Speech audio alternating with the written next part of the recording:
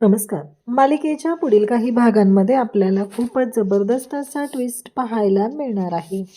तर इकडे स्वानंदीची आई जी आहे मंदा, तिने घरामध्ये खूप कामं काढून ठेवलेली आहेत. कारण नसताना स्वानंदी आली की तिच्याकडून सगळी कामं करून घ्यायची एवढंच तिने मनाशी ठरवलेलं असतं आणि सगळ्या कामांचा पसारा काढून ठेवलेला असतो. बाबा ओरडतील म्हणून यांनी हे सगळं जे काही आहे ते बाबांना बाहेर पाठवलेलं असतं तिने, रोहनला आणि बाबांना, आणि त्यानंतर स्वानंदीकडून ही सगळी कामं ती करून घेत असते. आता स्वानंदी म्हणते की बाबा जाऊ द्या ना, नका विचार करू एवढा, असं म्हणत स्वानंदी स्वतःच बाबांना शांत करते. बाबा आता शांत होतात. मग सगळ्यांची जेवणं वगैरे होतात. स्वानंदी तिच्या रूममध्ये असते. समरसुद्धा आता इकडे त्याच्या रूममध्ये असतो.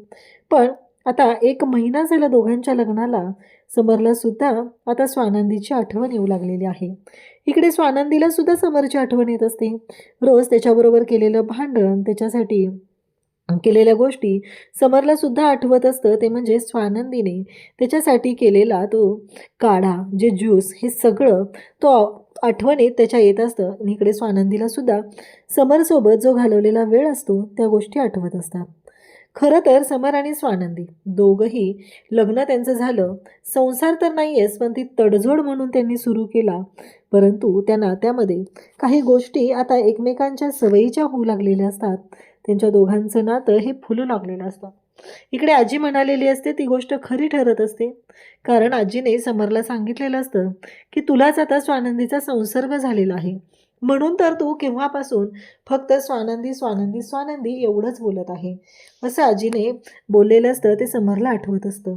आणि त्याचबरोबर इकडे आपल्याला पाहायला मिळतं की स्वानंदीला सुद्धा त्या गोष्टींची तिथे आठवण येत असते आणि तिलाही झोप येत नसते. त्यावेळेस तिला आठवतं की समर आणि स्वानंदी ह्या दोघांनी सुद्धा सोप्यावरती, समर म्हणत असतो की नाही नको, तुम्हाला असं वाटेल की माझ्याकडे स्त्री दाक्षिण्य नाही आहे, त्यामुळं तुम्हीच सोप्यावरती कशाला झोपता, मी झोपतो ना सोप्यावरती, असं म्हणत समरने सोप्यावरती झोपायला सुरुवात केलेली असते.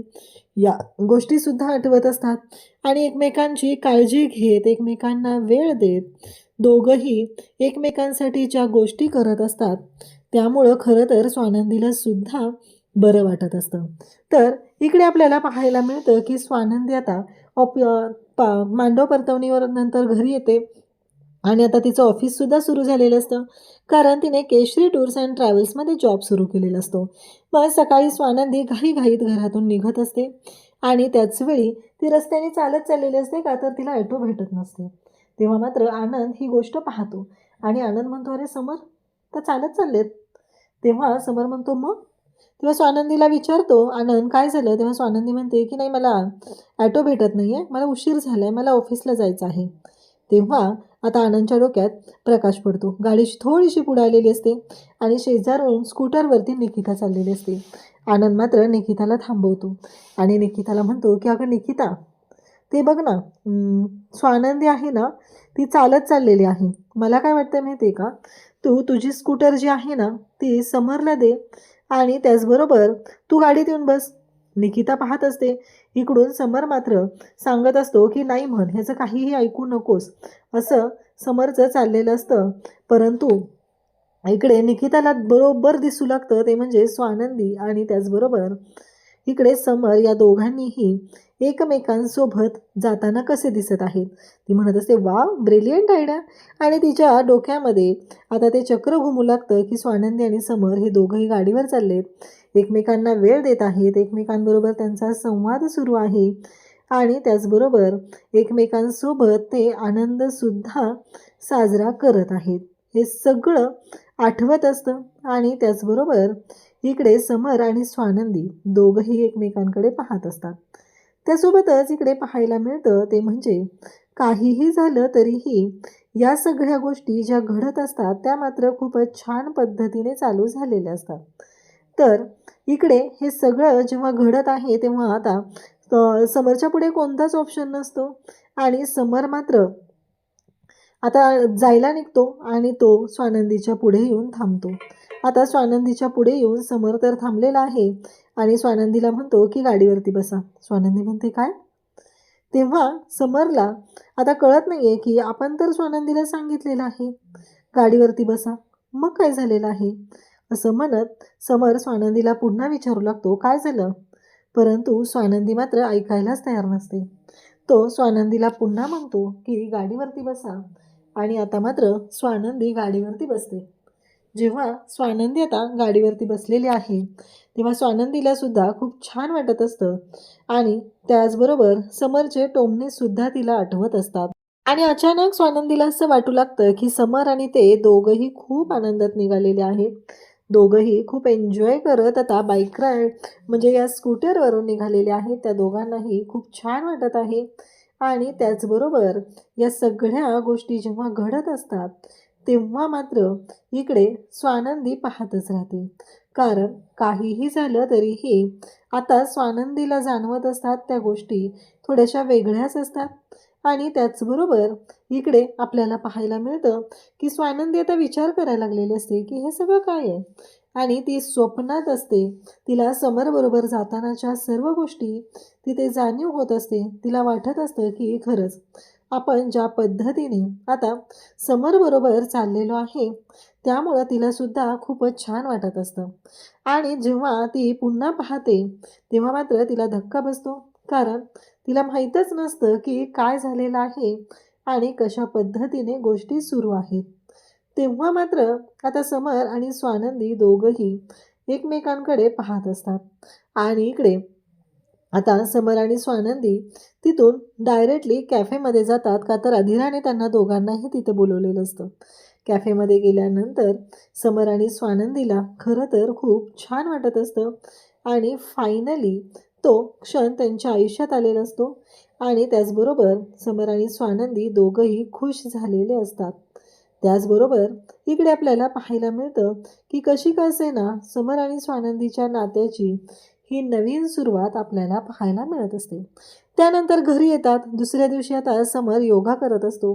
परंतु समर जेव्हा योगा करत असतो, तेव्हा त्याला प्रश्न पडलेला असतो की हे सगळं काय आहे? म्हणजे हे काय होतंय?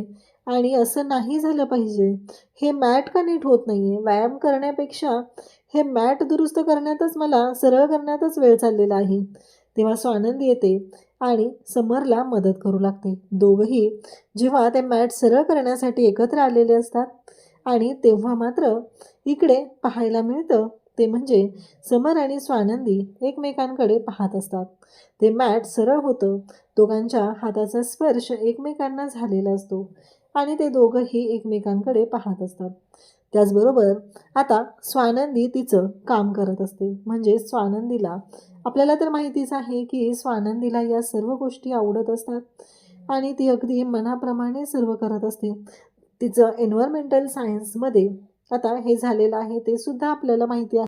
आणि मग स्वानंदीने इंडोर प्लांट आणलेले असतात, आणि स्वानंदी ते इंडोर प्लांट जे आहे ते आता घरामध्ये लावत असते. सगळं त्याचं चालू असतं काम.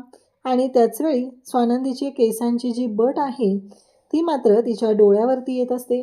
आणि स्वानंदी मात्र विचार करत असते की हे सगळं काय होतंय. आणि मग स्वानंदी म्हणत असते की नाही, ती बट बाजूला करण्याचा प्रयत्न करत असते.